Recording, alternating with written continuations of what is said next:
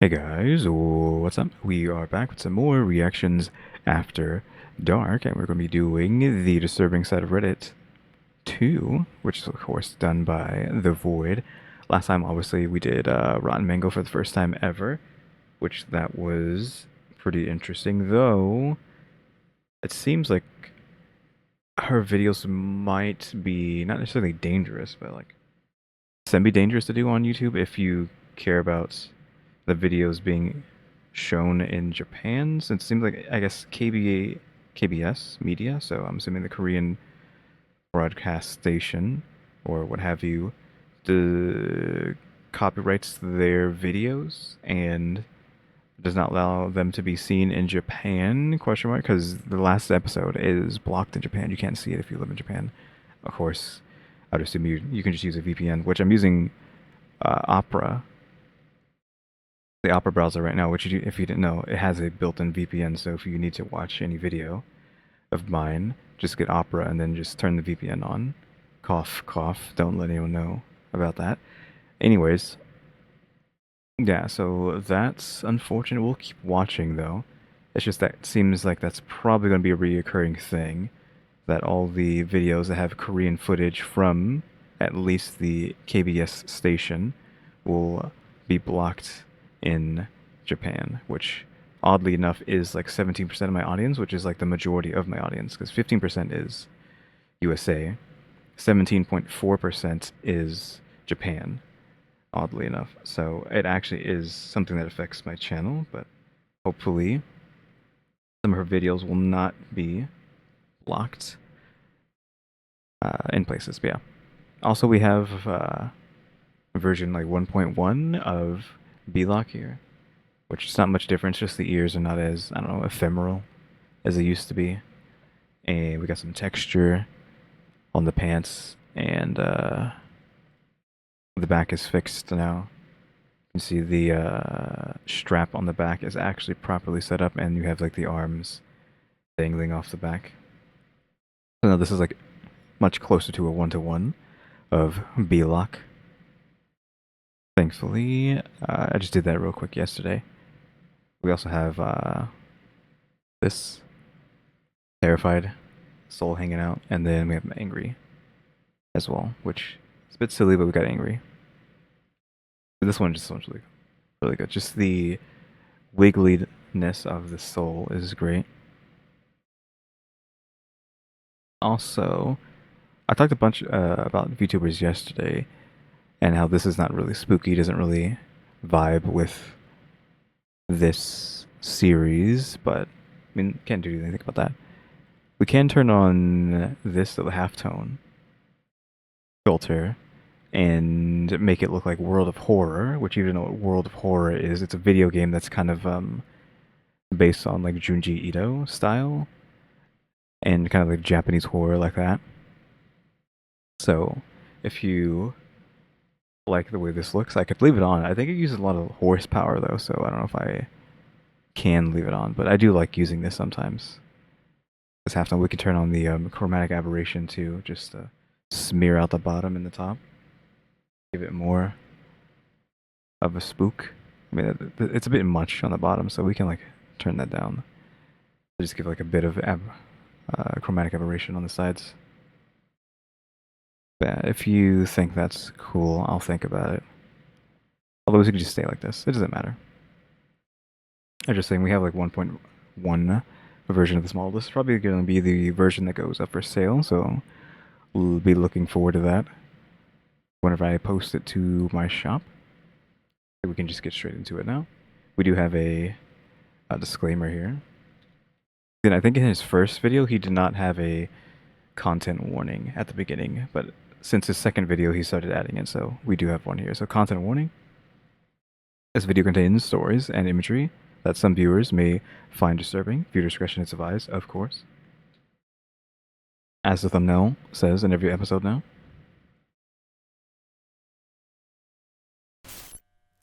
Welcome back to the disturbing side of Reddit. That was a bit flat, but why does it sound louder than usual? Dr. Ramsey?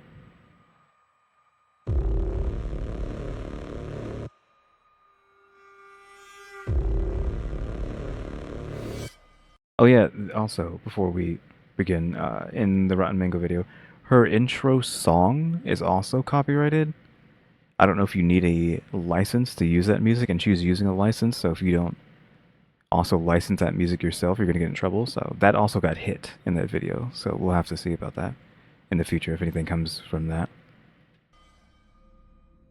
In the subreddit r/Let's Not Meet, countless people share their unusual, yet terrifyingly true stories about people you definitely never want to meet again.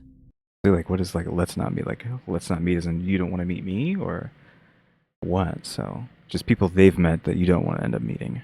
How bad could this be? The Redditor, Sweet Mercy, did just that when she shared her experience with a person she met. Can you choose your little icon on Reddit? Is there like a boy and a girl icon? Or like multiple icons you can choose from? Because I feel like that's like, if not personalized, they must have like different icons you can just use by default. Named Dr. Ramsey. A week or so before my 10th birthday, I walked to the corner store with a $5 bill and picked up a jar of ragu for my mum. On my way home, a man I'd never seen before fell in step with me and began talking. "Hi," he said cheerfully. "My name is Dr. Ramsey. I'm a pediatrician. Do you know what a pediatrician is?" I walked along silently, not replying, and fervently hoping he would take that as a sign he should leave me alone. Subtleties were not his strong suit, though, because he kept right on chattering. "Are your parents looking for a pediatrician for you? Of course, you're almost a big girl now. You'll be needing another kind of doctor soon, won't you? That's okay, though. They can still bring you to me until then. What's your name? You have beautiful hair. I was just on my way to get some suckers for the candy jar in my office. Do you like suckers?" Thankfully, we were nearing my house, so I ran forward, up the back steps, and into through the kitchen door. Okay, so we have a typical stranger danger story here, but like where could this go? For like 10 plus minutes, where is this going to end up going? That's also just like a weird story. Why are you leading with pediatrician? You should have led with like I'm a doctor, I guess. I mean, he is talking about being a doctor in there at some point, but just saying, oh, just using a big word that a child might not understand. I don't know if it's to try to confuse or what, make them inquiry into what he's talking about. Like, I'm guessing he's just saying it, so it's like they don't know what that is. So then it might activate their curiosity and be like, what is that? And now you got your hooks into them. I didn't know it then, but that was the beginning of a very long, very scary ordeal. It didn't take long after that for Dr. Ramsey to begin showing up. At first, it seemed benign enough, at least to a kid. He would drive by nearly every day, smiling and waving. I told my mum, who said maybe it was on his way home from work. But then, the phone calls began. How does he have your phone number? I mean, I guess it depends on the year. Because if this is like pre-millennium, then you have phone books, and they probably just looked up your house in the phone book, and it's like, okay, this is this place's number. Can you? I don't remember if you could do that. It's been a long time since I've seen like the white pages slash the yellow pages, so I don't know. Which, if you don't know what I mean by the white pages, yellow pages, I'm talking about a phone book. Which, if you don't know what a phone book is, well then, I don't know what to tell you. It was a book that had every number of every person in the area listed in it so you could call them. Which obviously would be crazy today, right? To have that kind of information just laying out. I don't know if they still do that or not. So I obviously haven't seen a phone book in centuries, but people will probably consider that to be evasion of privacy nowadays and a security risk. But we used to have phone books that had everybody's number in the area in it. So I'm guessing that's what he did. He got their number in the phone book and started calling. That's the only thing that would make sense, right? My dad called me into the living room and sat me down. He asked about the day Dr. Ramsey followed me home and if I talked to him. He said I wasn't in trouble, but that I needed to tell him the truth. I told him no, and he asked if I was sure. Could I be forgetting something? I told him no again, and he frowned, then asked, "Then how does he know your name?"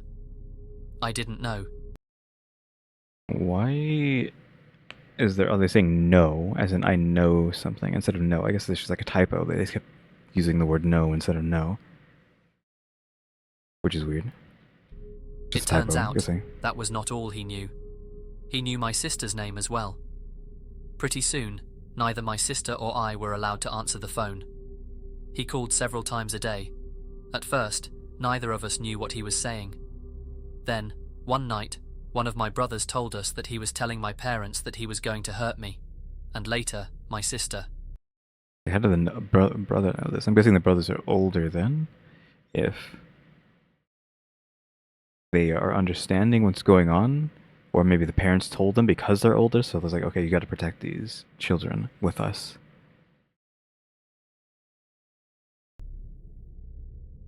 Things got complicated after that. My dad had called the police, but as this was before there were any stalking laws, there was not a lot they could do. They told my parents to call back if he tried anything. My dad then called a friend of his from back in the day, who happened to be a cop. For the next month, my dad's friend escorted me to and from school. Suddenly, life as I knew it came screeching to a halt. Well, the friend would do that though, because he was a cop. Like he happened to be a cop, and not like he was like an ex-cop. No, he's still a cop, so he's still on the job, but he's like making that part of his job to escort her to school every day. And that was for like the next month, so only for a month. So back in danger after that month's over, which is not great. I couldn't walk to school alone. I couldn't play outside. I couldn't walk to Super America, sort of like a 7-Eleven for those who don't know. When access to me was completely denied, things escalated. It was around this time he began threatening my sister as well. Oh. Then one afternoon, my sister, two of my brothers, my mum and I were in the kitchen. They must have a lot of brothers. Jesus Christ, these parents were had nothing better to do. It says two of my brothers, me implying that there's more than two. Uh, and my sister implies that she only has one sister, so it's her sister, plus two brothers. That's four. There's still possibly a third brother. Well, there's at least a third brother, so they have 5 kids at this point. Like, Jesus Christ. I mean, this is old, right? And that's, they used to say all you had to do is that. And that's how you end up with like 1,000,000 kids back in the day. One of my brothers There's nothing else to do. saw a glimpse of someone in the garage. They'd seen him too. Dr. Ramsey came bolting out of the garage, my brothers chasing after him. They ran all the way to Cherokee Park, where he lost them in the trees. My parents called the police again, but nothing came of it. The only information they had was a description and a name that was almost certainly fake. A couple weeks later, we woke to find our dog hanging from the side porch. Hanging. And side porch. I don't know what they mean by side porch. Like, for me, I'm on the 2nd floor. We have a balcony. I'd almost consider that to be also a porch. So, I mean, it technically isn't. So I think porches are on the ground. So, this must be not necessarily like from the bottom of the porch, but like hanging from the top of the porch. Top of the side porch. Which is oof. Like, really? Like, what is this guy's problem? Like, why are you doing this? I mean, obviously he's deranged, but like, what's the reason? Like, what is his excuse going to be? Which I'm assuming we're not going to get anything, because this is just people you don't want to end up meeting, which means they're probably still out and about and have not been caught or killed. She was a gorgeous saddleback German Shepherd, born the same day I was. Oof. We were all devastated. The cops said there was no evidence it was him, and ruled it accidental, but none of us believed that. Again, like, what do you mean by the side of the porch? If it was like hanging from the top of the porch, high in the sky, that's not an accident. Again, if it was like, if the porch was slightly high. Like there's it's not enough description to understand exactly how the dog was killed here for me to be like, okay, this was not accidental. His phone calls became more informative in the meantime, But of course, this was not accidental. but none of us believed that. His phone calls became more informative in the meantime. He would talk about who was home and who wasn't. If my brother would say my dad was home, he would tell him who was really in the house. He also would talk about the house itself, about the window in the kitchen he could easily open with a knife from the outside, even when it was locked, and about the French doors that connected the living room to the side porch, and how the lock could be finagled from the outside if you jiggled it just right. That night, my dad put in some carpenter nails at the bottom of the French doors until he could get a new lock ordered. I mean, that's one way to do something, though, of course, you're doing damage, slight damage to your house by just slamming nails into something, but, like, what else can you do, right? You just have to do whatever you can. Keep this guy out. So this guy must just be living nearby in one of the houses. It wouldn't make sense otherwise. To have, like, that kind of information whilst on the phone. He's probably, like, on the phone looking at you through the window. Or something. I'm assuming, uh... cell phones don't exist at this point. This feels like a 70s-ish era story. I'm just assuming that. I don't actually know, because we have no context for time period here. My parents had to go to a company event for my dad's work. I mean, cancel. Too bad. Family's in danger, can't do that. My older brothers were at Saints West roller skating rink. My sister was on the phone with her best friend. My little brother was on the floor asleep. Okay, so they have a little brother. So the littlest person is probably the brother. But then the two other brothers are actually old. They have like probably both brothers, then possibly her sister, and then her younger brother. Like that's like the age group of these in that order of who's like the eldest, who's the youngest. I was watching Devo on the midnight special with Wolfman Jack. It was late. Suddenly, the top of the French doors swung inward, and in the few milliseconds before the nails in the bottom caused them to snap back, I could see his silhouette. My sister whipped the phone at the television, and we ran up the stairs. About halfway up, we realized our little brother was still asleep on the living room floor. As quietly as we could, we slipped back down the stairs to get him. We all went into our bedroom and didn't turn on the light. This way we could see outside.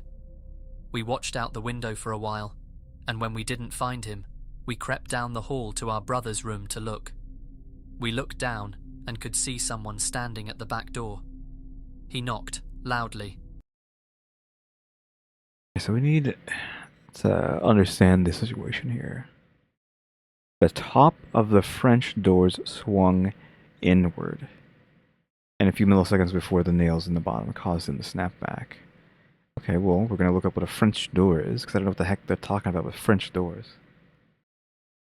But all I'm getting is kind of what I expected, which is like patio doors or just like the double doors that open. Like there's two doors next to each other that open in or out, or they slide left and right. Like I still have the thing pulled up. I don't think there's anything crazy here. It's like these kind of doors, but like she's at the top of the French door, and there's not a single door here that is segmented into a top and bottom. It is just a solid door, right? So I don't know what she means by the top of them opened up and then slammed back down. Plus, also these windows are usually, or these doors are like just full of glass. So I feel like you just break the glass if you wanted to get in, if that's what your goal was. So I can't tell if he's in the house or not. I feel like he's not because of the nails. Like it's hard to visualize what's happening because of this description. French door swung the top. See the use of the word top. It's like, what do you mean the top of the French door swung inward? I can see a door opening up and then hitting the nail and then slamming back out. I can see that, but like not the top of a door. It's like doors are cut in half to a bottom and top section, which if that was the case, well then you could just open the bottom, right? And you could walk in like a doggy door almost, but I'm just gonna assume they mean the door swung open, hit the nail, swung back out, so you actually can't get in without actually breaking the door down, or if they're made of glass, breaking the glass. So he's not in the house yet. At this point, he's still outside. What do you want? My sister asked out the window. He stepped back and said, Is this the Mercy residence? I have a pizza for delivery. Can you come to the door? She scoffed at him, declaring she was not stupid. She could see he didn't have a pizza, and she was calling the cops. He left. A short while later, my brothers returned home. We told them what happened, and they walked around the yard, watching for him. They came back in, and things settled down. By now, we'd pretty much given up calling the cops because it never helped, so we just went back in, each of us, except my youngest brother, still asleep, carrying a knife from the kitchen, just in case. Eventually, one of my brothers went into the kitchen to get a bowl of cereal as a snack. And then just hard stop there, which means something's gonna happen. Feels like a weird pause. I feel like you would keep going in that paragraph with where you're going, but it's not. You know that sensation you get when you can just feel someone watching you. Yes, the sixth sense, as they call it.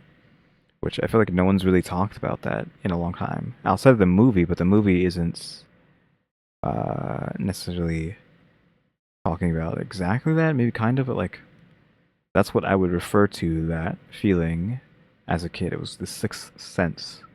When it just feels like something's near you. And you can feel that someone's behind you, even. Like, without being able to see them, you just know there's somebody there. Though, again, I don't feel like no one's really talks about that anymore.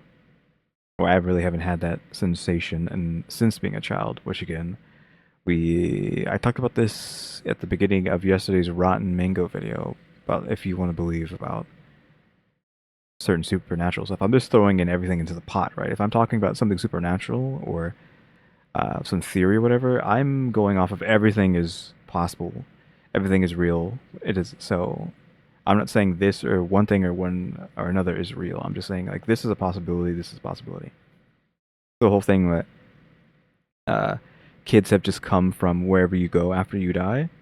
Like if we're going off of reincarnation, then they're the closest to death because they were just dead and now they're born again, and thus you are slightly connected to death, so you can still see ghosts, you can feel the ghosts, etc.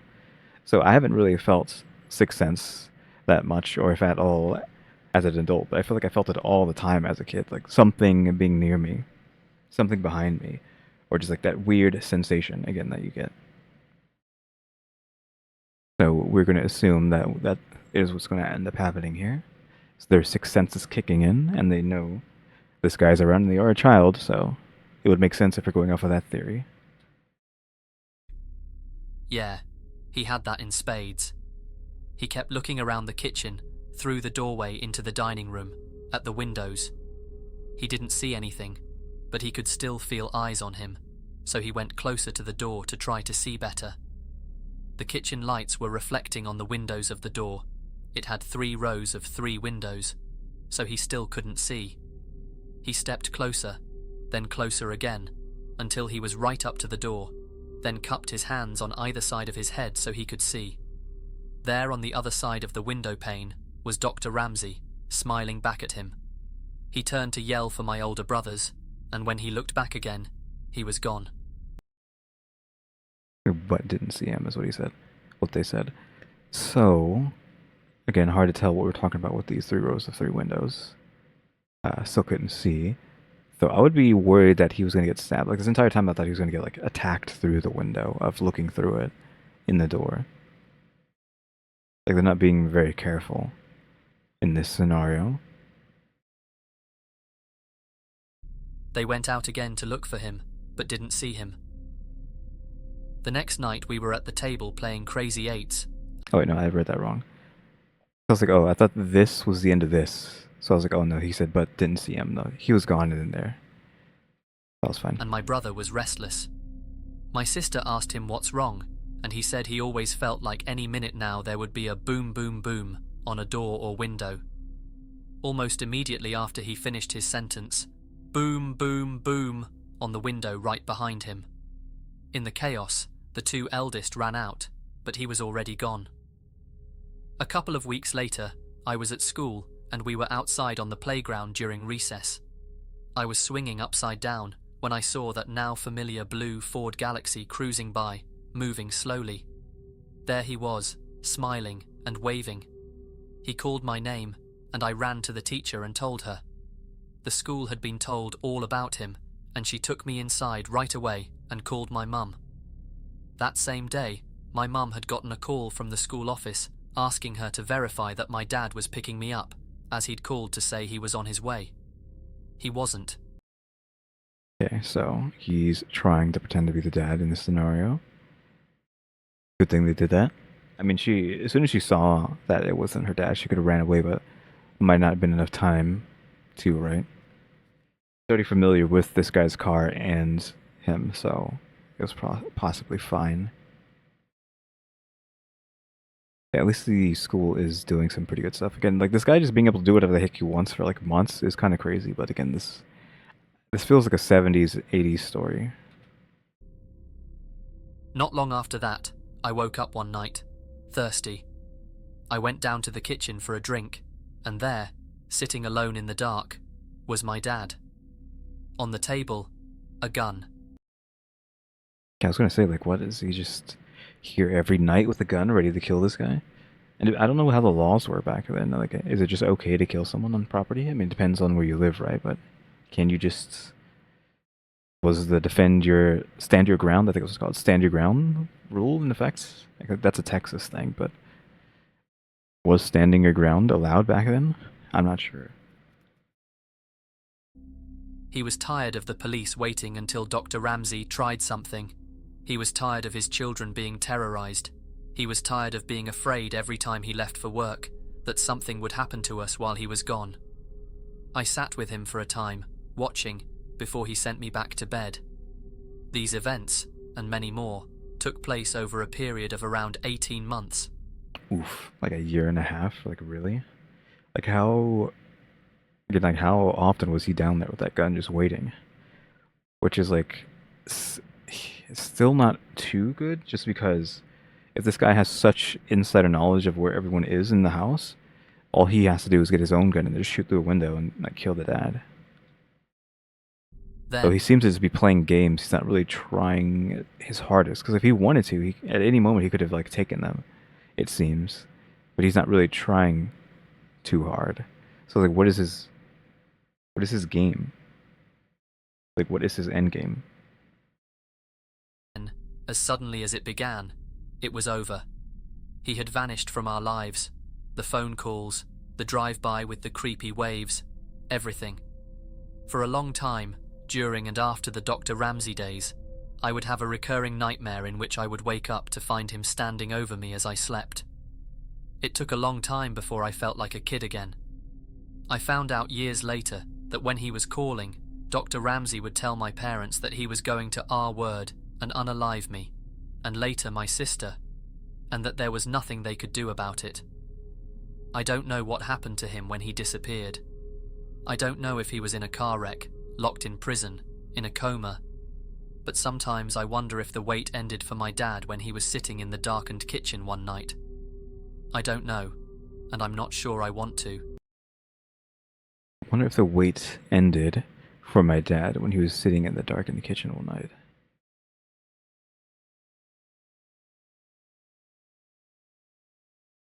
I don't know if she's like implying that the dad killed this guy, and that's what that sentence means there. Yeah, oof, like rough, like stranger danger kind of story, which it just makes me think of what's the movie called? Is it Black Phone? If you haven't seen Black Phone, that's a stranger danger movie, horror movie. If you haven't seen it, go watch it. I think it's a good movie. Let me just make sure it's called Black Phone. Yeah, it's called Black Phone. Here's you might not even be able to see it, but there's the poster. So if you're looking up the movie, you can see this is like probably thumbnails you would see for it. So that's the Black Phone.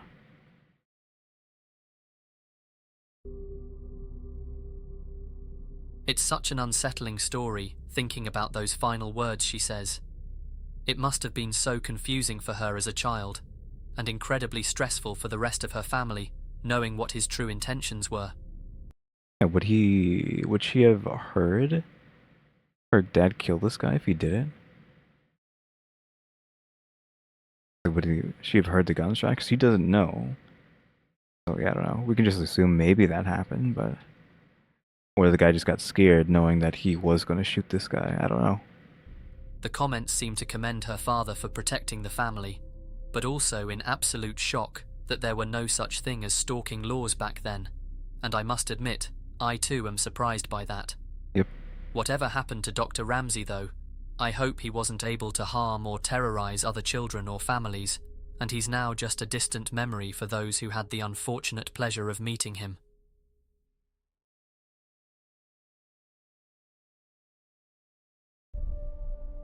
Morbid mommy with some stock uh ultrasound footage. Our next story takes to the subreddit called Am I the Arsehole? Oh.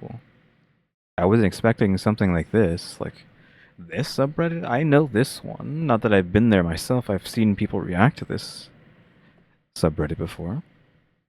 Because again, I don't use Reddit. And that's like not like a joke or anything. I literally do not use it unless it shows up in a search results for a question that I have, etc., etc. A subreddit for those wanting to find out if they were wrong Again, I don't even think I have an account. I would have to check, but I don't even have a Reddit account. in an argument that's been bothering them. The user, MorbidMummy11, took to the subreddit to ask fellow Redditors if she was being the asshole for banning her husband and father-in-law from the delivery room due to Husband and father-in-law. So, her husband and her husband's dad. their intensely stressful and creepy behavior during her pregnancy.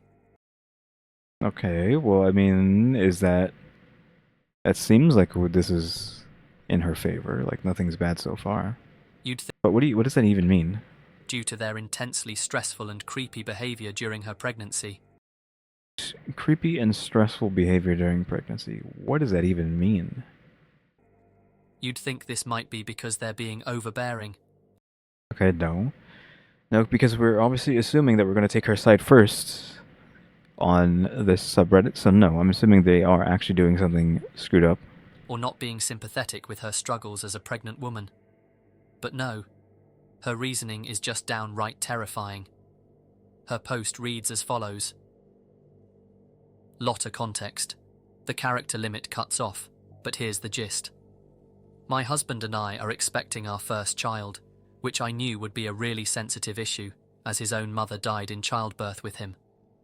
We met with a marriage counsellor to talk things through at the beginning, and he swears he's been seeing his own therapist twice a month throughout my pregnancy.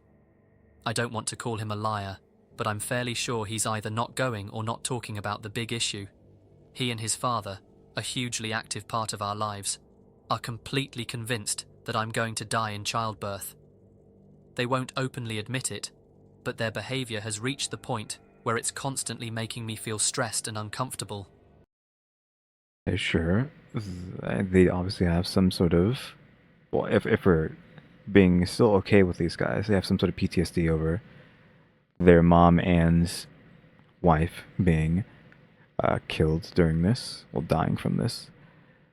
So it would be one thing if the mom who died gave birth to a daughter, and then that daughter's now grown up trying to get married, and she's going to have, not trying to get married, is married, going to have a child. It would make sense for the daughter, like for the dad to be worried about the daughter giving birth because their mother died from it, so it might be a genetic thing. I don't know how it works, but um, I feel like that would make more sense than just like your son's random wife who has no connection to your lineage whatsoever. Like that. Well, going off of that logic, I think, wait a minute. Or it could be just like the child itself is too much to bear, and like the son himself was too much, and thus maybe they're worried that once again will happen where this random woman will also not be able to bear the child without consequences. Who knows? That also could be what's on their mind. I don't know. I'm just speculating on how they could get to this conclusion other than just being like never recovering from what happened. When it was husband saying, "Please make sure your life insurance is up to date," and "I'd like you to meet with a lawyer and draft a will," I was like, that's kind of intense, but okay, if that makes you feel better. When husband asked me to go through all of my possessions and inventory, what I wanted to be saved for the baby versus what I would want to be returned to my family in the event of my death, I put my foot down and said absolutely not. Too morbid. No way. My father-in-law, who lives a few blocks away and eats dinner with us 2 to 4 nights a week, got on my case about how I was making things difficult for my husband in the event that he will be a grieving widower with a newborn. I'm just going to add here that I've had a completely complication-free pregnancy and have no reason to think I will die screaming in the coming weeks. So now we're getting into a point where you can throw in a wrench to this story of these, like the dad somehow killed the mom during pregnancy, and maybe this is just like a thing, some sort of like passed down ritual. Like, I'm just like, again, just crazy speculation. And so now the son understands what happens and is on board with it. So now that she's pregnant, he's like, okay, now I have to, eliminate my wife during pregnancy, just like my father did before me. And I would assume his father before him and his father before him, yada, yada, yada, yada. I don't think that is what's happening, but that is just like a random scenario that popped in my head that you could say is something that could be happening here. I don't know. Yeah, they are kind of being kind of crazy here. When I tell my husband this, he calls me paranoid, but I feel like my father-in-law wants me to die. That's where I was getting the, like, not cultist, but like cult-ish ritual sacrifice theory from. So this is just what this family does to the wives for who knows how many generations. His whole life identity for the past 35 years has been amazing single dad. Never dated or had close friends or even hobbies really. And it seems like he's looking forward to being able to guide my husband through what he went through. At this point, I'd honestly be happy to never see my father-in-law again, and I certainly don't want him in the delivery room, especially since he told me he was putting his foot down about me not being allowed to have an epidural or laughing gas. Whatever. Not whatever to that, but it's not necessarily weird, but interesting to see that we actually have the inverse. Because usually it's always the mother-in-law, the mother-in-law, the mother-in-law. Now we actually have the father-in-law. I mean, sometimes it's the mother-in-law and father-in-law together. That's just the father-in-law. But I mean, I guess there is no mother-in-law, so doesn't that make sense too? There is no mom to be had from the get-go. But it's, yeah, again, like, it's interesting to see that the father-in-law is the one that's like the one that's hated so much and they never want to see again. Because the butt of the joke is always the mother-in-law, or them as a pair, like the father and the mother together. But I don't know how much I've seen it was just the father by himself. But yeah, obviously we just need to like get this guy out of there. He's a commanding presence, and I know that whatever he wants in the delivery room, he will get. I know people will say, oh, L&D nurses would never let that happen. But you haven't met this man. Let's get security. I mean, it depends on what year this is. It always depends on what year it is. If they're like, hey, don't let this man in, they will make sure this man doesn't get in, I feel like. My husband, in addition to backing his dad on everything, acts like my due date is my death date and has completely pulled away from me. Every minute with him is morbid, stressful, and a reminder that our marriage seems to be crumbling. No matter how many times I tell him his behavior makes me stressed and upset, it's just getting worse, and I do not want it around me while I'm concentrating on giving birth. Do I owe it to my husband to let him stress and upset me during labor? Is No, his presence at the probably birth more no. important than a safe and healthy delivery? My therapist says no, But this whole thing has been so weird I feel like I need some outside perspective. Thoughts? So we still have more than half of the story to go. So where is this going to go? Are they going to get an update, or are we just going to hear what people have to say in the chat? Obviously, we just keep them out until the baby's out, but I feel like this is already probably causing complications on the child's development, having to deal with what's happening with the husband. You'd think this would be the end of it, but she explains even further in the comments section. You would hope that we could just have like a post-pregnancy update to see what's going on, but like, if we don't get one, it's like, oh, what happened?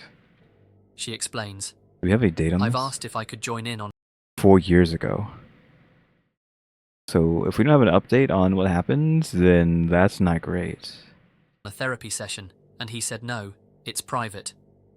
When he asked me to start recording videos for the baby about myself and how happy I am that I'm having the baby, I point blank said, I feel like you're envisioning one of those videos a terminally ill parent makes for their kids to watch after their death, and this is one more example of your out of line and concerning behavior.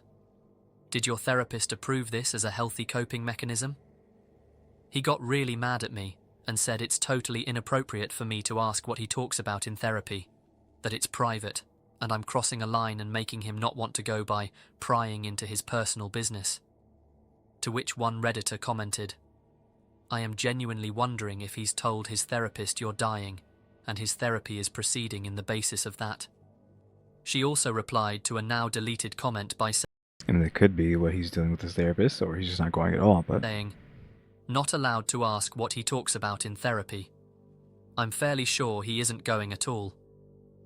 Character limit forced me to omit this, but he is a complete mess at my doctor's appointments, has been asking multiple questions about how quickly they can do an emergency C-section if things go south, badgering the doctor to inform me that natural delivery is clearly the only real option, trying to rat on me for eating cheat foods like cheese and ice cream that are terrible for the baby. is that true? I don't know anything about that. I haven't heard that before. It's like he's been replaced by a different man. Dairy bad? I mean, those are dairy items, and they're terrible for the baby. I mean, obviously, the baby comes out, and dairy is the only thing it's going to be eating or consuming. So is dairy before the baby's has come out bad? I wouldn't know. Like I said. I don't know what to do anymore. He's constantly staring at me wistfully and reminding me of good times in our relationship, telling me he will, not would, be lost without me. His mere presence drives up my heart rate at this point, and I'm still over a month out. Surprisingly, some users were more sympathetic towards the father-in-law and husband than the woman herself. One Redditor commented, "This is the saddest thing I've read in a while. I get that your pregnancy hasn't had any complications, but you're silly if you think emergencies can't happen unexpectedly in the delivery room.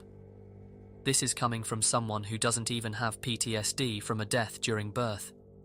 Imagine the devastation you would have went through, and then imagine the possibility of your child having to endure the same. Of course, your father-in-law is trying to mitigate any additional distress on his son." So there's an elephant in the room that I have not touched on yet, which I'll do it now, and that's that the mother was lost in childbirth, which means the child has no recollection, or if you want to go there, connection to the mother whatsoever, other than being birthed. The only way they would have, well, other than to like, it would be like metaphysical or something about it, like it's your mother, so you're always going to be attached to her, right? But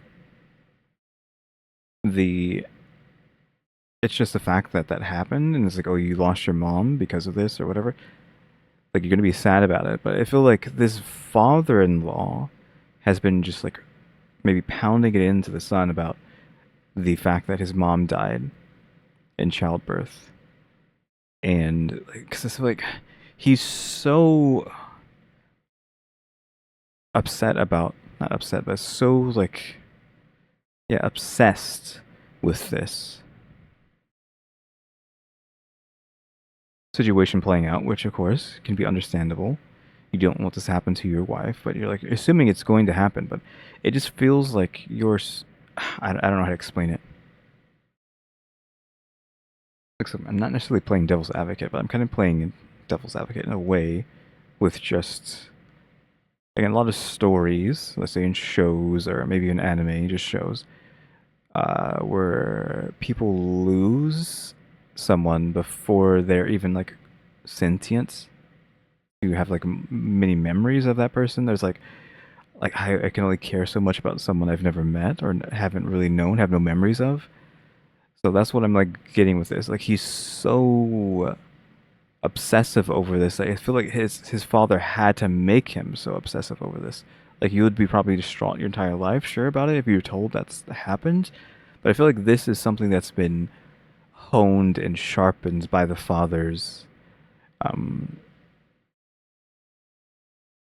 I don't know what to say, the father's own obsession with it, and that is like been drilled into the son. Like who knows what the father has been doing to the son uh over what happened with the mom.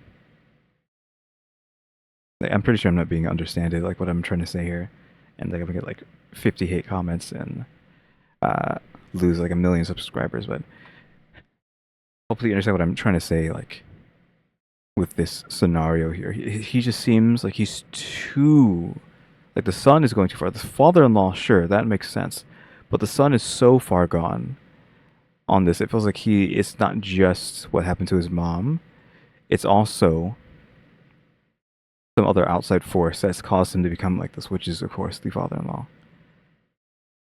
Because otherwise he would be scared of it, but I don't feel like he wouldn't be this scared if it wasn't for the father-in-law. Of course, your father-in-law is trying to mitigate any additional distress on his son. He is probably desperate for it to not end up the same way, and trying everything in his power to have a safety net in place for him. You have no idea what they went through, and I don't know if it's that you're too close to the situation, but your post comes off as super insensitive to this. No idea what they went through. Again, I'm being insensitive right now, just so we can actually have a conversation. And by that I mean like the father-in-law. You have no clue what they went through. The father-in-law is the one who went through it. The child has no recollection of what happened, and grew up without a mom. They grew up without knowing this person at all. So it's like, oh yeah, you had a hard life because you didn't have a mom. Yes, again, I'm being insensitive. But again, it's like saying you don't know what they went through. Again, the child has no understanding of what happened or any of this. Like the father-in-law is the one who went through everything. It's just like the son's the one growing up without a mom. And you could say that's where it comes in. Like knowing what it feels like to grow up without a mom.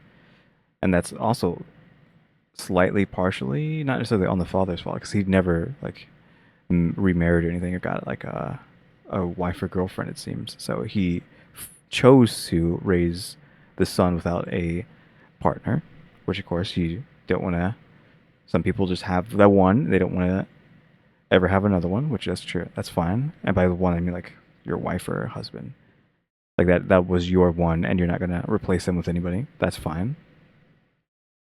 I don't know. I'm just rambling about like nothing and just saying nothing at this point. I feel like I should just like shut up and just let the story play out. I just keep trying to harp on the fact that the son, I don't think, took as much damage as the father-in-law, and the only reason the son is so damaged is because of the father-in-law's influence on him, possibly his entire life, like doing like a lot of mental damage to the son because of all the damage that the father took. So that's the point I was trying to get all the way around to, is that the son took more damage than he needed to take because of the father, and now we're in the situation because of it. That's where I was trying to get to. And just because you don't see your husband making progress doesn't mean he isn't, or that he's not trying. I doubt this is something easily navigated through for him. Not the asshole for dictating what happens during your medical procedures, but girl, you've got to try to be a bit more sympathetic, and I bet enveloping them in love and reassurance would go a hell of a lot further in calming their overreactions than butting against it. These boys are effing terrified right now. She replied to this comment by saying, "I just feel like I've been as understanding as possible. I scheduled marriage counselling to talk through things when I got pregnant. Wanted to keep going, but husband insisted he needed to work through things alone with his own therapist, and I didn't want to push the issue. I honestly don't know if I could be more sensitive without ramping up my own stress level. I caved and did the terminally ill parent recording videos for after their death thing. The issue that was the big impetus for me making this post was my father-in-law swinging by the house to help me pack up all my non-maternity clothes and take them to our storage unit. I was like, by TF no, I'll need those soon. I'm active and healthy and relatively close to my pre-pregnancy size. He called me insensitive for not making things as easy as possible on my husband. Husband came home, saw that my clothes were still in the closet, and got upset with me because we need to be prepared." Okay, so a lot of package unwrap there. So we did the videos. So he came over to help pack all the non-maternity stuff, put into storage. It's like, even if she does die, what is the point of getting rid of all her clothes out of the house? Like, why would that doesn't make any sense? I mean, this whole thing doesn't make any sense with them. Like, oh, we need to make they have basically erased her from existence already, and are sort of fighting with her ghost at this point, trying to get her to go away. That's what this feels like. Also, this story's almost done. Like, they're literally just fighting with her ghost. Genuinely, am I being insensitive here for refusing to take part in the plans for my own death? Should I be supporting my husband by playing along? He won't discuss the stress PTSD thing with me because he says he's working through it with his therapist and won't talk about anything they discuss. Is there anything I'm not seeing here? Things I can do to support my husband that don't involve me actively planning to die screaming from a preventable hemorrhage? This was the last comment left by Morbid Mummy 11 on Reddit. So that's what I was worried about.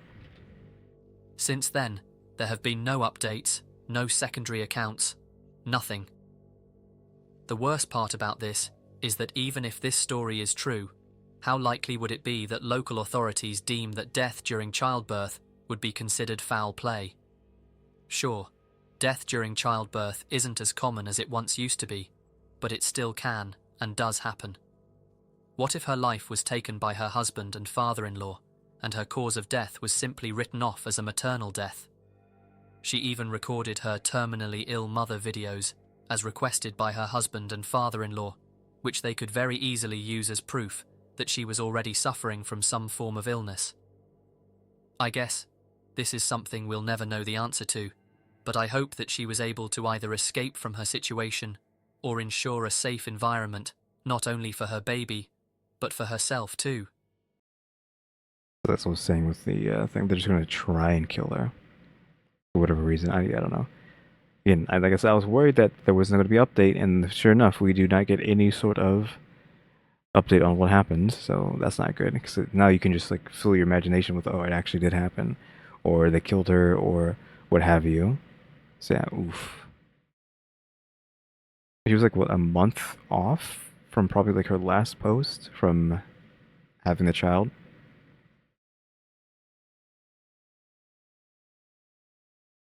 Yeah, I don't know. That one was just a rough one that it's kind of hard to talk about without,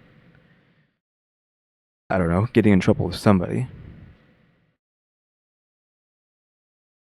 Yeah, again, I don't know what else to say about that one, other than, again, my opinion is just that the father-in-law forced too much damage onto the son, which then has now caused this. But I'm not off the train of that this is some sort of like ritual. Like the father-in-law killed his wife, and now he's trying to make the son kill his. And then when this baby comes out, if it's like a man, they'll probably make him kill his wife. Like, I'm not convinced that's not what is happening here. And this is just part of the family. Yeah, oof. I don't know. Also, we're only halfway through this video, and it's been like almost an hour, so buckle up, I guess. The bridge.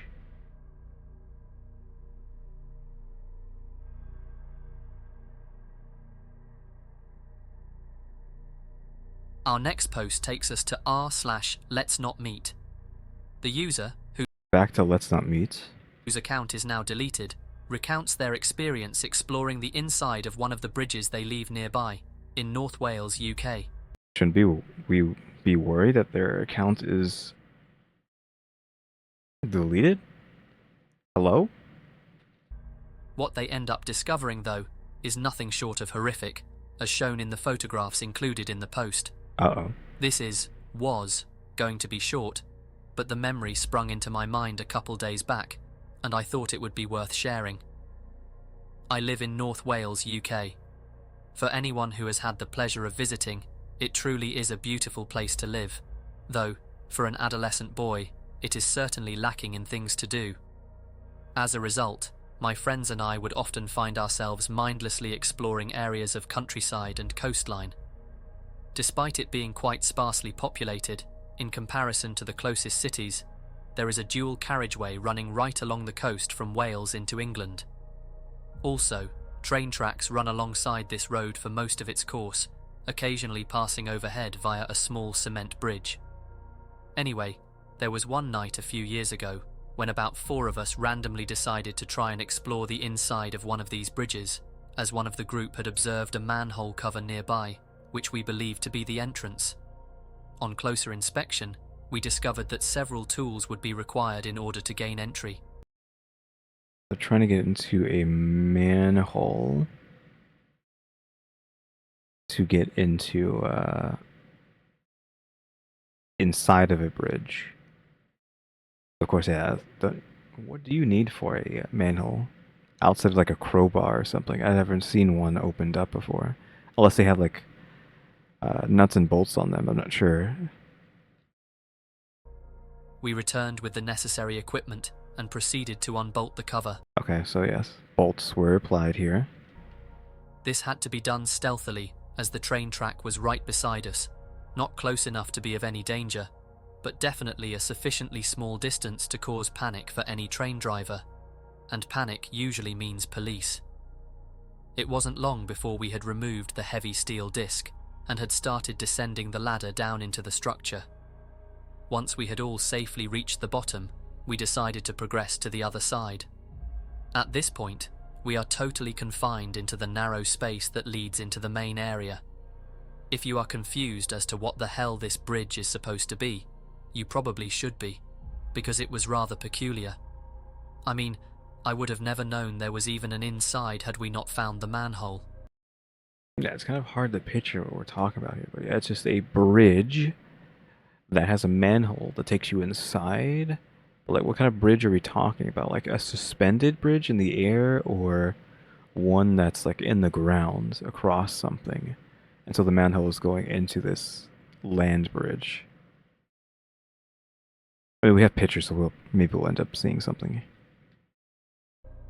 So, as we squeeze and crouch, and at one point scrape along our bellies, to the other side of the structure, there is a growing sense of claustrophobia between us. The distance from end to the other is surprisingly long, but by the halfway point, you can look down through narrow gaps onto the motorway below. This was actually pretty cool, which helped keep us calm, in a strange way. Okay, I think this is painting a picture that this is suspended in the sky.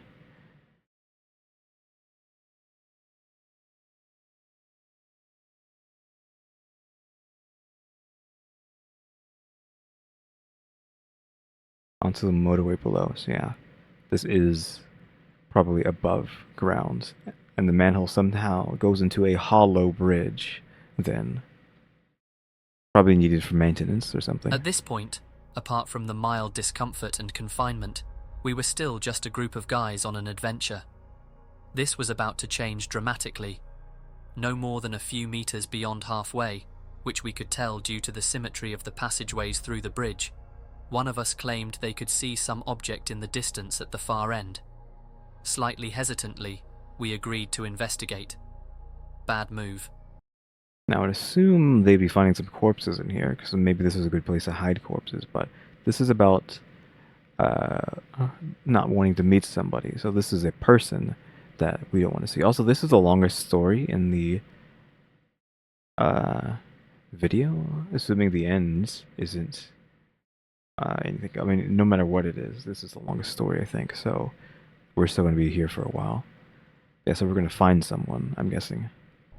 I reached the end first, and let me tell you, I have never felt the same sense of dread before or since. In front of me was a single fold-away chair, positioned facing a wall. Okay, that's not a problem. On the wall was a partially torn page from a newspaper or a magazine, showing a fully naked lady in an erotic position. Still not a problem. The reason I don't just refer to it as P-word is because something was different about it. I can't put my finger on it, but it seemed more sinister than sexy, if that makes any sense. So far we just have some homeless persons. Excuse the Zoomer vulgar language, but some homeless person's goon cave, right? Again, excuse the obscene language there, but we're just at some homeless person's house so far. There's nothing else. There's like a chair, nography, we'll say, since apparently we can't say these words. So there's some nography on the wall. I feel like that's not surprising. I would assume to find down here. More disturbingly, the eyes of the woman on display had been cut from the page. Sure, I mean now we're getting somewhere, but Removed with precision, not just hastily ripped off. The scene that lay before us had rendered us completely speechless, and an overpowering sense of panic could be felt collectively. That was when we found the condom. The horrendous, gut-wrenching, blood-drenched condom. okay, now we have something. Before we got to that point, it was like, okay, whatever. This one I could even like give you an explanation for this, which is just that you know you're doing something obscene, and thus you do not want to be watched. So the eyes were removed to not feel shame of what was happening. So that was easily explained to just be normal. The last part there, now we are going into a place where we can't like explain too much. We can't just like wave it off. Other than that, maybe the person has like some sort of disorder that would cause that. But I'm guessing it's on the outside, not the inside. We got the F out of there as fast as humanly possible, smashing our knees and shins against the sharp cement edges that lined the path to the ladder by which we had entered. Of course, we were all praying to God that the manhole hadn't been resealed, as it was impossible to tell until you reached the ladder itself. Thankfully, the exit route was clear, and we promptly dashed as far away as our legs could carry us. I feel like you should have taken the manhole, like, you pick it up and then take it pretty far away from the actual hole itself, so it would actually take someone some time to put it back. And you would only know where it is if you hit it well enough.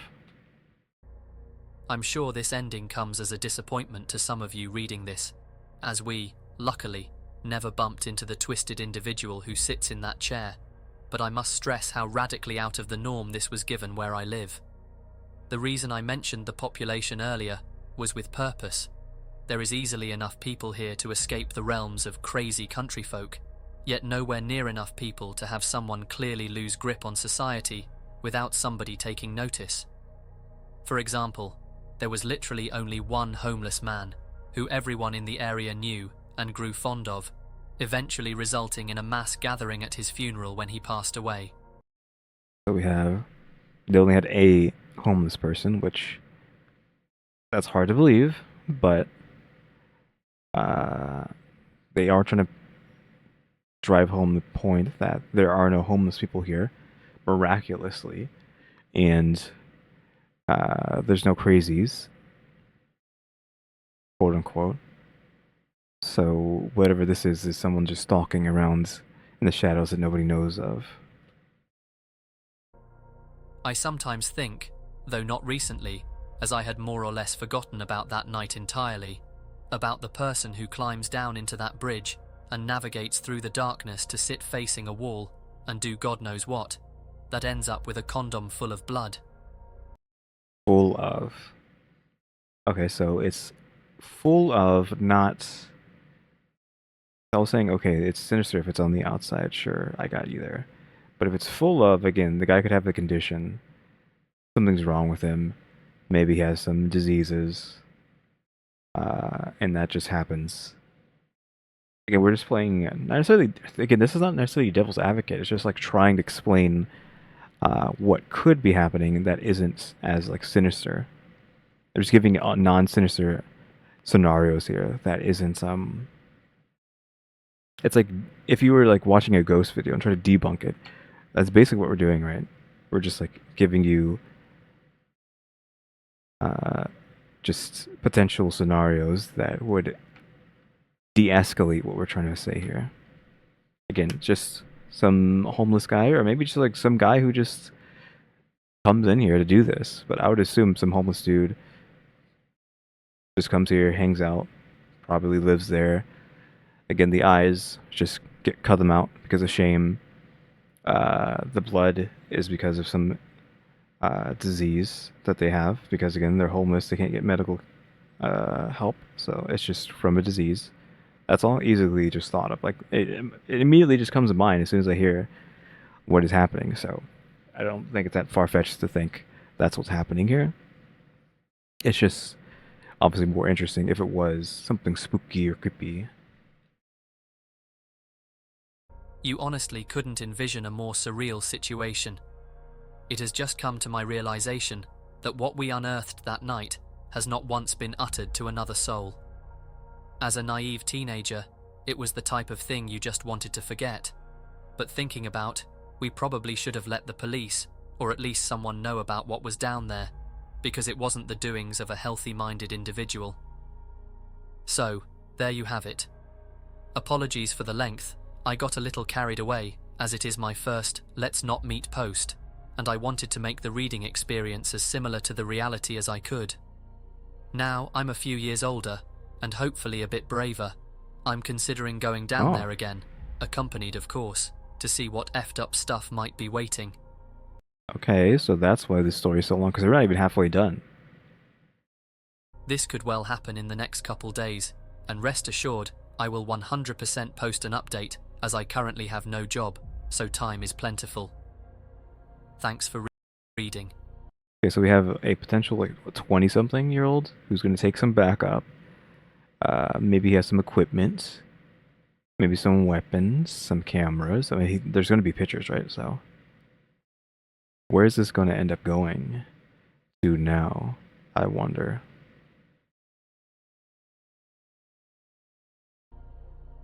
As you can imagine, this post gained some serious traction as people were left with so many questions.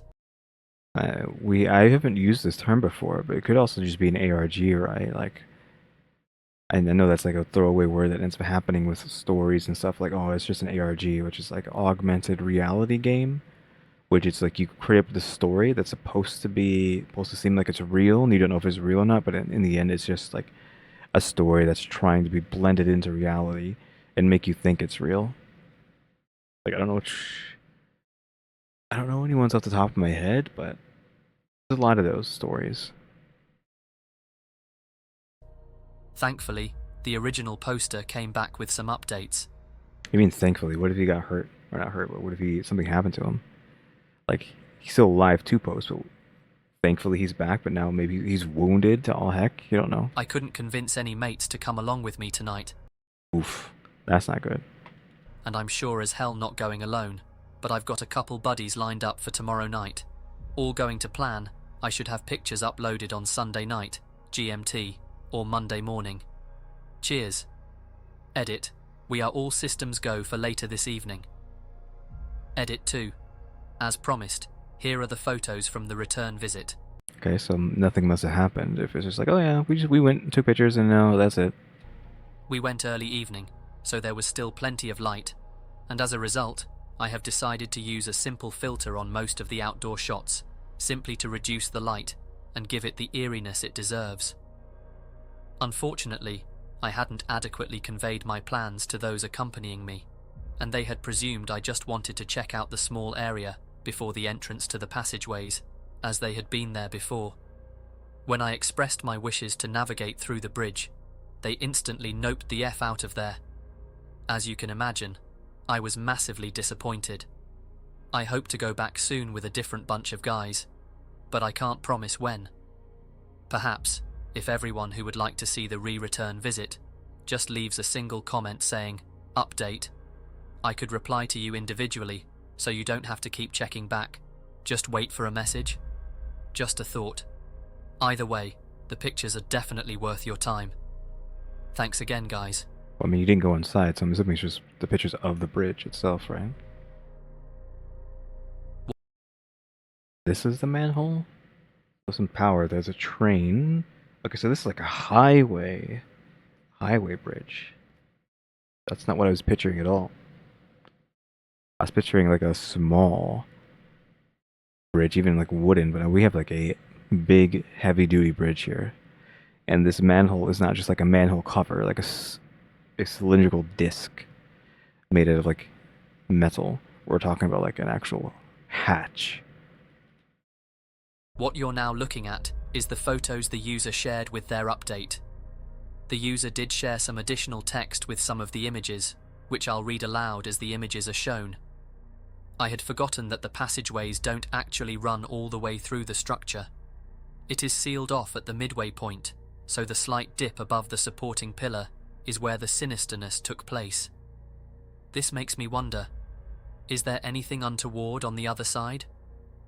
If you look closely, my friend's left hand can be seen gripping a rung, the rest of him disappearing into the darkness.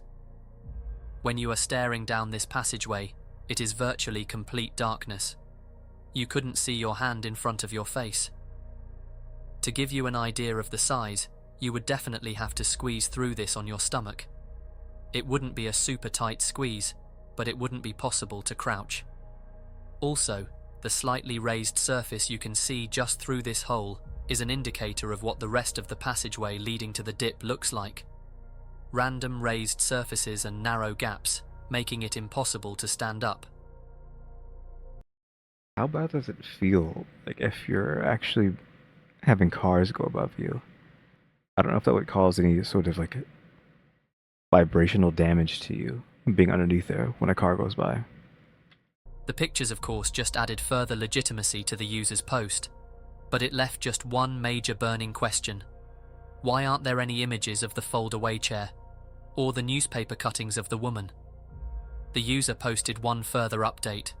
Just in case people are actively checking back on this thread, I thought I would explain where I am at with the return visit. Basically, I hadn't realized there would be so much interest, thus I figured I would venture back to the bridge when the opportunity presented itself.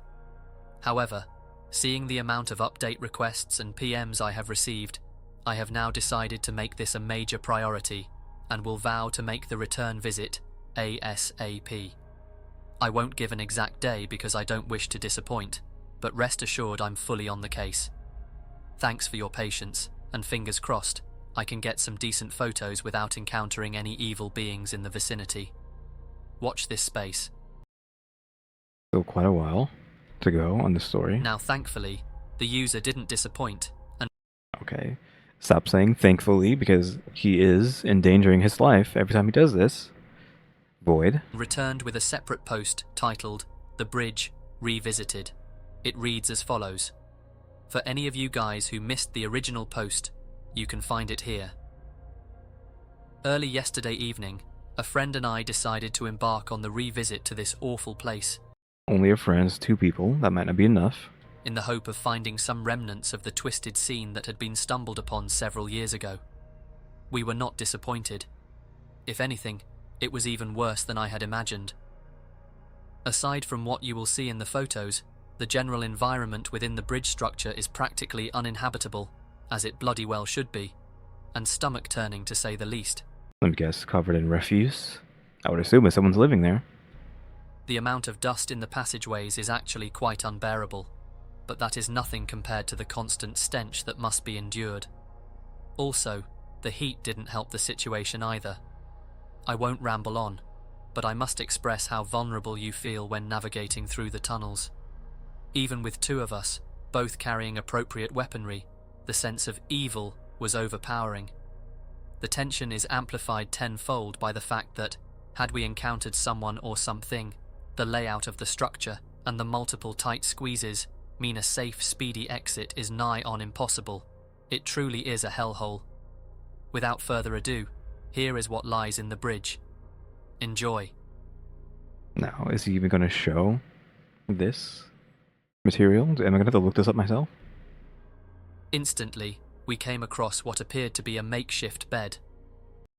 What's that yellow thing on the left? Like this? The sheet accompanying the foam suggested it would have been used to sleep on. Of course. Going further into the passageway, it opens up slightly.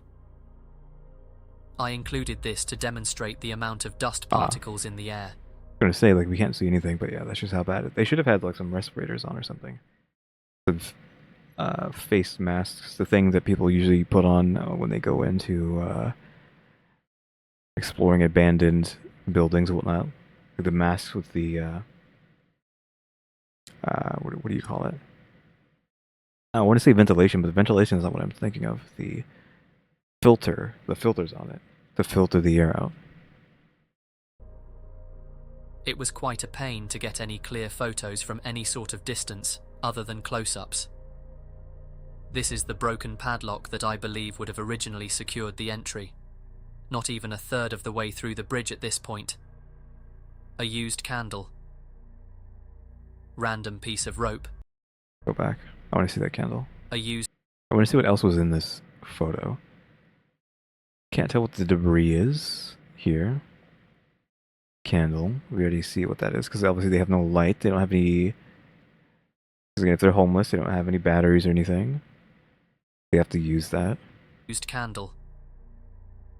Random piece of rope. Yeah, I mean, you can probably just find that lying around in the wild. I've seen this blue rope before, I think. This material.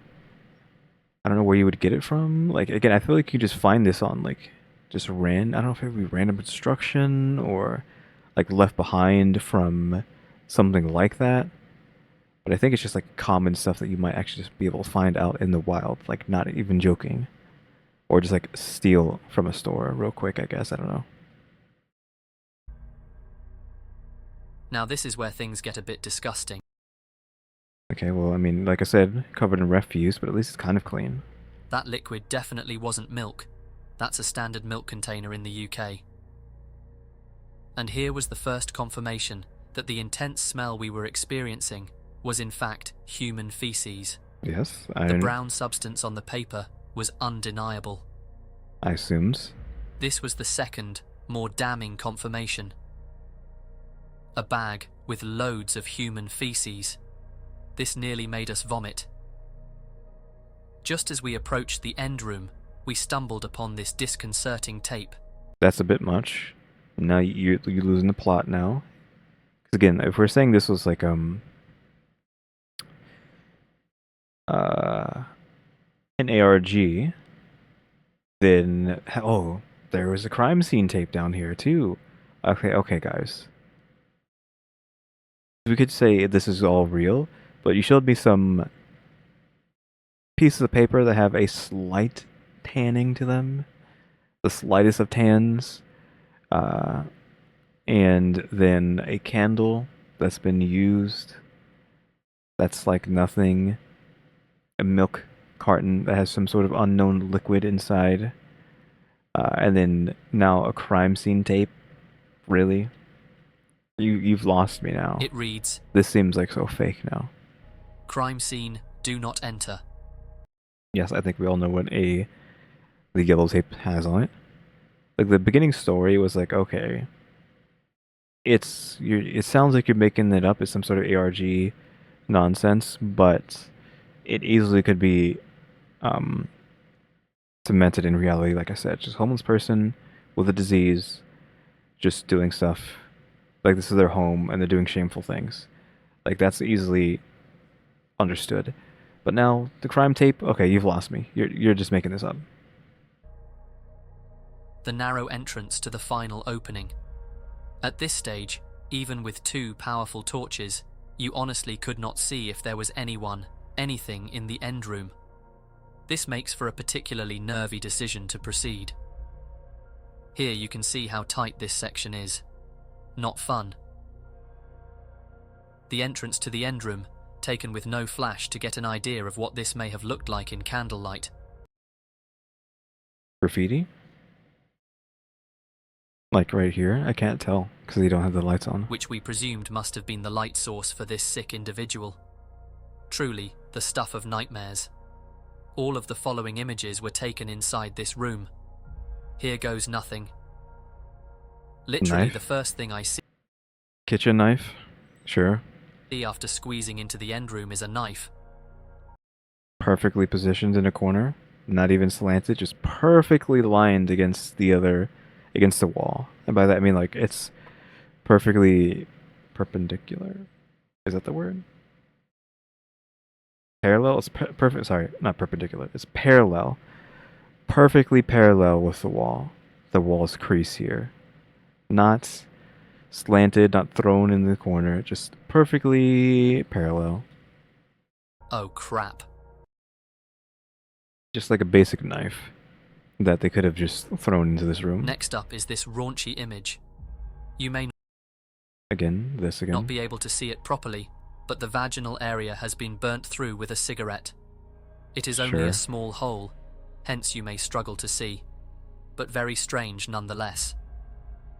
More magazine pages on the floor. You can tell from the black sticky tape, these would have once been stuck to the wall. What is this one for? A random pile of items. I don't know what that is. Like ramen, some scissors, a brush. That brush looks pretty beat up. I could believe that was here. Maybe. But this place is so just dirty. I feel like if you just throw it on the ground and rolled it around for a bit, it would be fine. Just a random wrapper. Including scissors, tape, and a brush of some sort. A rather large nail. This could have simply been part of the structure at one point, but after closer inspection of the surrounding area, it did seem to be an anomaly. This Sure. candle had been melted into place onto the wall. I imagine it would have been the main light source.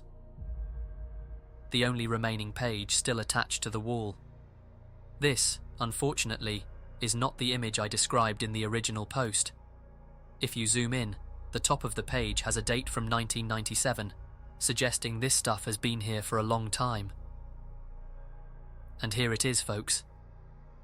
The Devil's Chair. Really. The Devil's Chair. Now, as people in the UK would say, you're just taking the piss now. Again, excuse the language. You're just taking the piss. I mean, cool story, but we already came to that conclusion a long time ago. You're kind of like, you're going too far with it. There was so much dust in this area that I simply couldn't get a decent flash shot. Yeah, I got Another flash attempt. banged by. Here you can see the bundle of items to the left and a blanket of some sort to the right. Yeah, flash banged by how dusty it is. We searched thoroughly, but rather worryingly, the blood-soaked condom was nowhere to be found. Sure. This was strange, given the other items had remained. Though that isn't really that hard to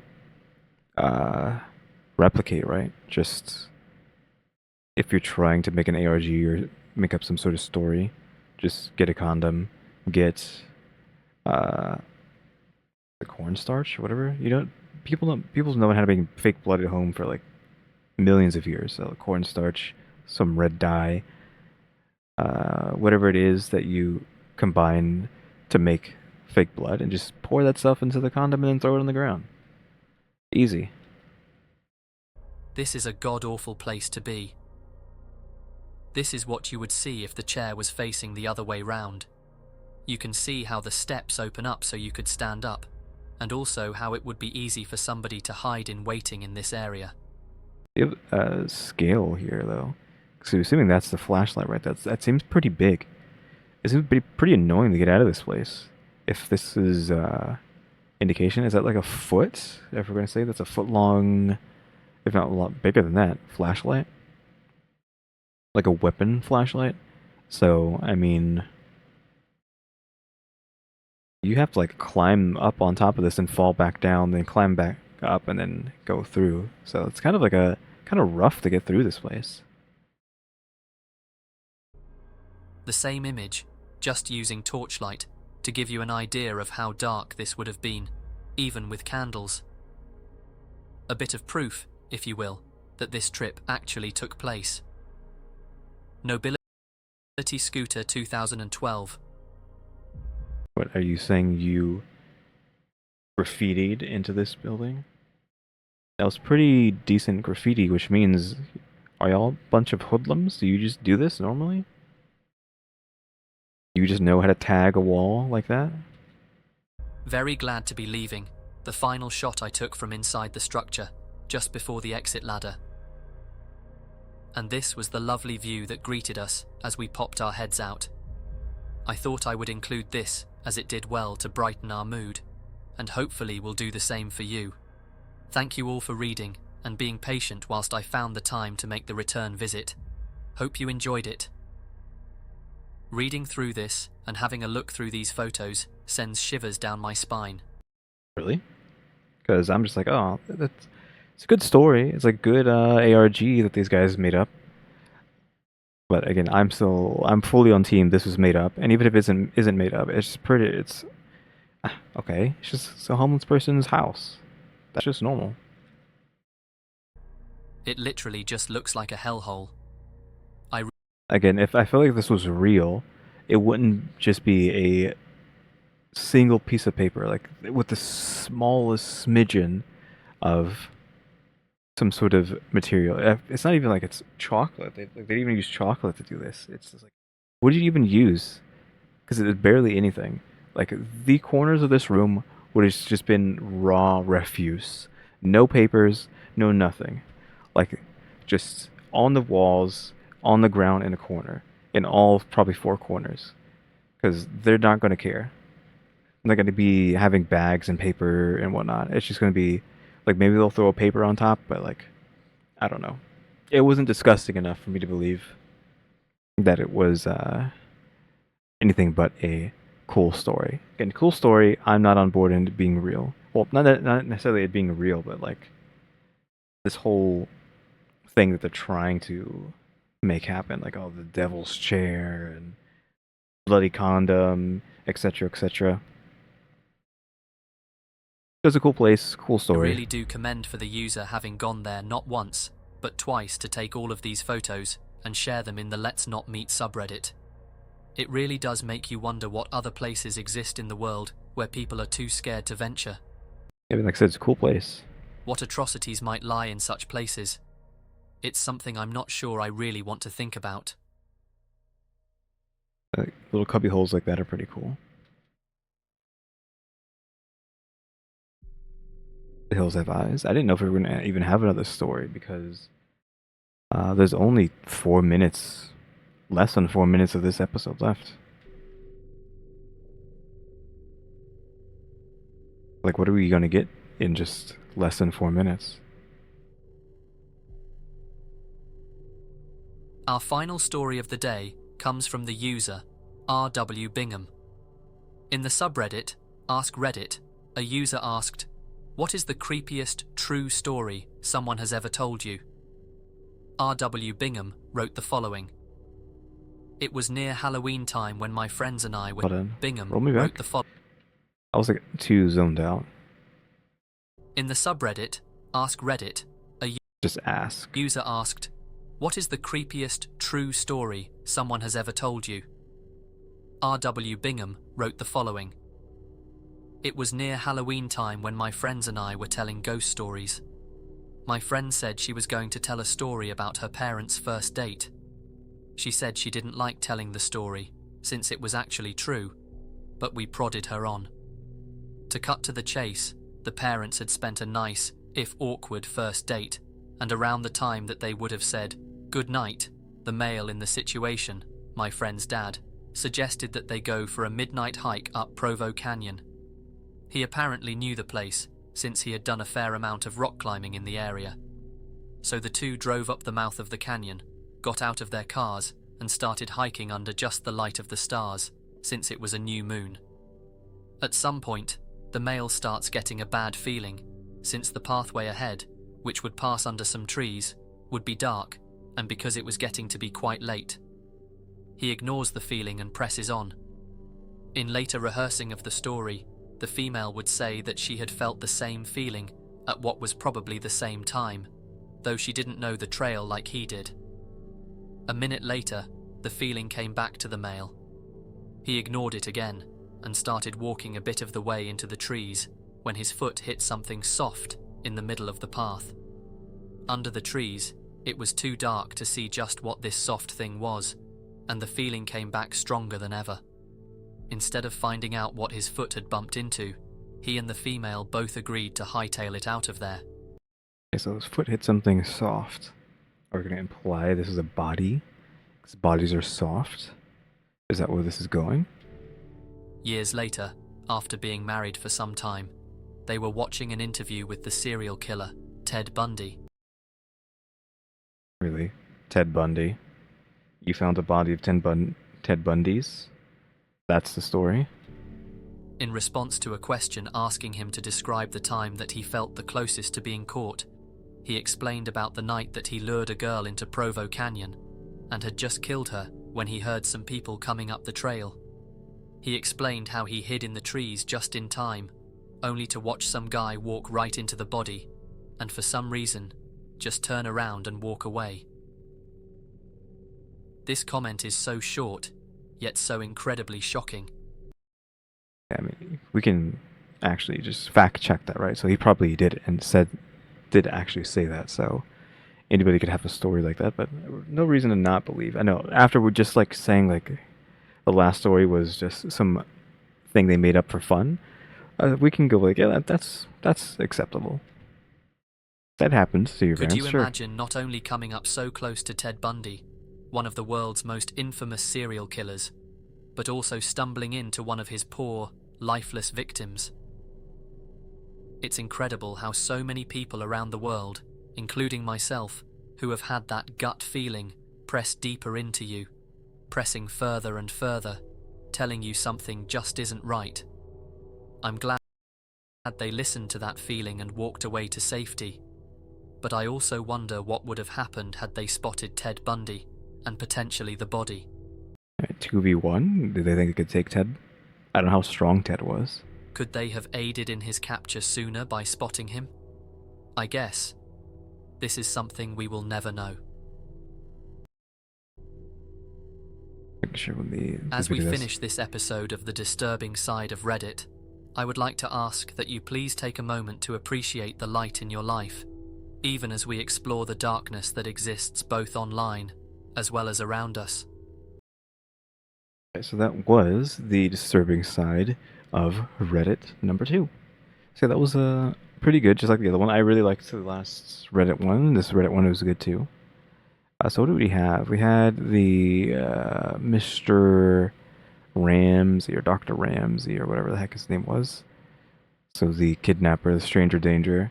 We had story 2 was the weird ritualistic sacrifice of the moms. And that's what I'm calling it. This is the PTSD father-in-law and father, but I feel like this is you can go a bit further and feel like they just kill their wives after they give birth, so we gotta hope that she's not dead. And then of course this one, this Devil's Cave or whatnot. I mean, this is a good story. I liked this little tale that these kids told here. I like these little cubbyhole places. I probably would want to check these kinds of places out. If the percentage chance of dying wasn't actually pretty high, to just whatever random nonsense might be down there. You never know. And of course, this one's just like, sure, that's a scenario that could have happened. But who knows if it actually did, or what would have happened if they did actually find him. Like, what would have happened? Like, it's a 2v1, is he going to run away? Does he actually get caught at that point? Who knows? Hey guys, thanks for watching. Remember to buy my stickers, like by becoming a member, subscribe if you haven't subscribed, because we're going to watch time and subscribers. And don't forget we have a phone now as well. And shout out to members, EmmyStarr and RaleyDrew. So of course, tomorrow is going to be another Rotten Mango video, so that's going to be a pretty long video. Granted, this video was an hour and a half. Again, the problem with her videos is I feel like everything that has to do with Korea that comes from her channel is going to be blocked in Japan. I just have that feeling. And it makes me worried because I already have a strike on my channel from when I was watching, reacting to anime. And I would like to not be in trouble. Again, I would like to not get a second strike. So again, it's really dangerous. Like, we're playing with fire, watching Rotten Mango, it feels like. But I have to just hope that everything is fine. Like, that her videos are up, so hopefully it's okay for me to do it. Even if they get hit and blocked in Japan, I should still be okay, I hope. Yeah, guys. Thanks for watching. Tune to the next episode. Like, subscribe, comment. You know what to do. See ya.